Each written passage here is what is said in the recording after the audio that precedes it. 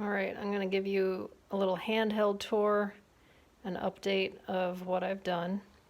I basically took the wires that were the continuation of the horn of the head, and I decided I was going to make it part of the shell. So if you look at these two, they kind of S-curve down and attach to the bottom of the abdomen.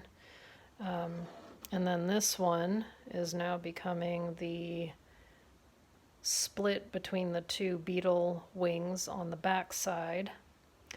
I also want to point out that I used a bunch more of the really skinny copper wire, and that was number one, to prevent these things from sliding around because they were just not staying put.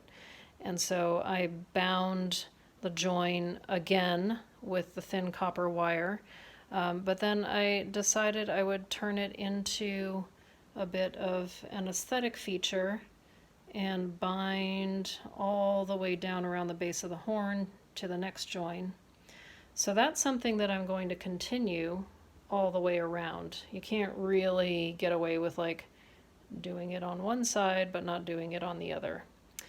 And then once the head is all secured and finished around the base, I think my next move is going to be to make more legs, but that will be in the next video.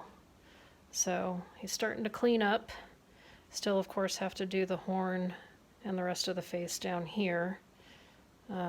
But once you get to this point, I feel like your artistic decisions just start to happen and things kind of fall into place a lot better. One thing that I should mention, though, is that you can see that it's kind of hard to distinguish, like, what's the underside, what's the horn. This is an example of where you need to later distinguish body parts from one another. And that can happen by way of tissue paper. It can happen by way of creating areas of density of wire, or like this binding that kind of sets this area apart from the belly down here. But you'll figure that out, and I'll do more demos on that a little bit later. That's it for now.